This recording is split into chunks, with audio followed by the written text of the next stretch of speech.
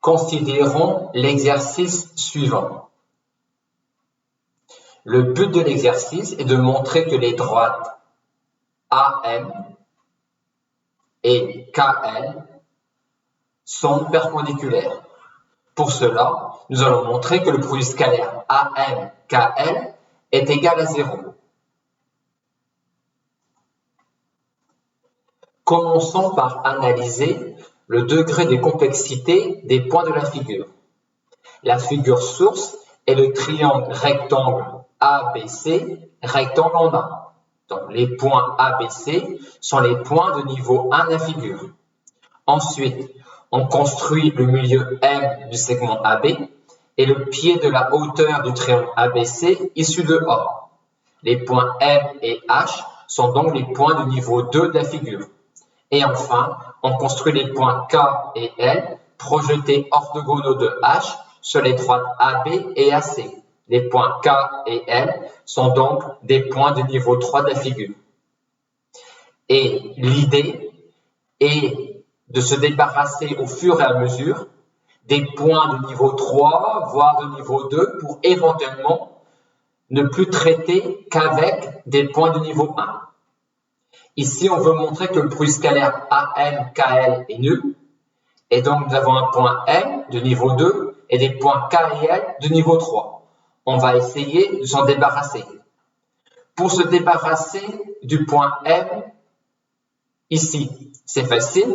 M étant le milieu du segment BC, on va écrire que 2 fois le vecteur AM égale AB plus AC. Donc, pour me débarrasser du point M, on a écrit que 2 fois le vecteur AM égale vecteur AB plus vecteur AC.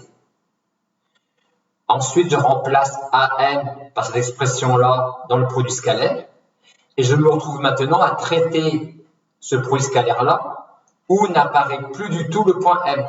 Donc, le point M a disparu de notre figure. On a déjà réussi à simplifier notre figure. Il y a un point M maintenant avec lequel on ne travaillera plus. Maintenant, il reste à voir les produits scalaires ABKL et ACKL. Dans ces deux produits scalaires-là, j'aimerais me débarrasser de K et de L, qui sont des points de niveau 3 de la figure. Pour cela, pour le produit scalaire ABKL, je vais garder le vecteur AB, qui me plaît parce que des points du niveau 1 de la figure, et qui me plaît aussi car quand je fais son produit scalaire avec le vecteur KL, je peux me débarrasser du point K et du point L en raison de la présence de droites orthogonales à AB et passant par K et L.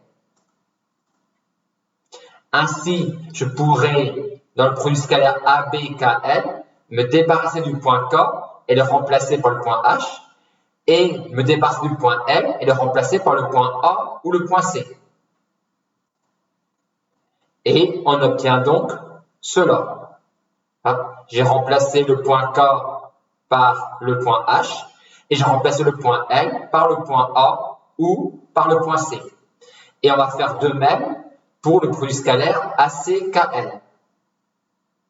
Donc, c'est le même principe. Je vais conserver mon vecteur AC. Et ce vecteur AC là, il me plaît, puisque quand je fais son produit scalaire avec KL, je peux me débarrasser du point K et du point L en raison du fait que K peut se promener sur une droite perpendiculaire à AC et de même pour L. Et donc, je pourrais remplacer K dans ce produit scalaire-là par A ou par B, et je pourrais remplacer L par H.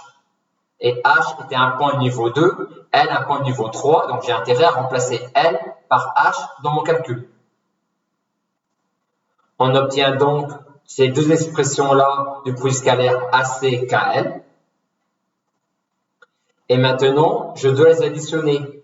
Or, je remarque que là et là, il y a le vecteur AH en facteur. Donc, je vais prendre ces deux expressions-là, les additionner et mettre le vecteur AH en facteur. et j'obtiens que 2 fois le produit scalaire AN-KN est égal donc au produit scalaire de AH avec le vecteur AC moins AB, qui n'est rien d'autre que le vecteur BC. Or, AH et BC sont orthogonaux, donc j'obtiens bien 0 comme produit scalaire de AN-KN. Notez que ici, j'avais mis un 2 qui était en trop dans mon calcul précédent.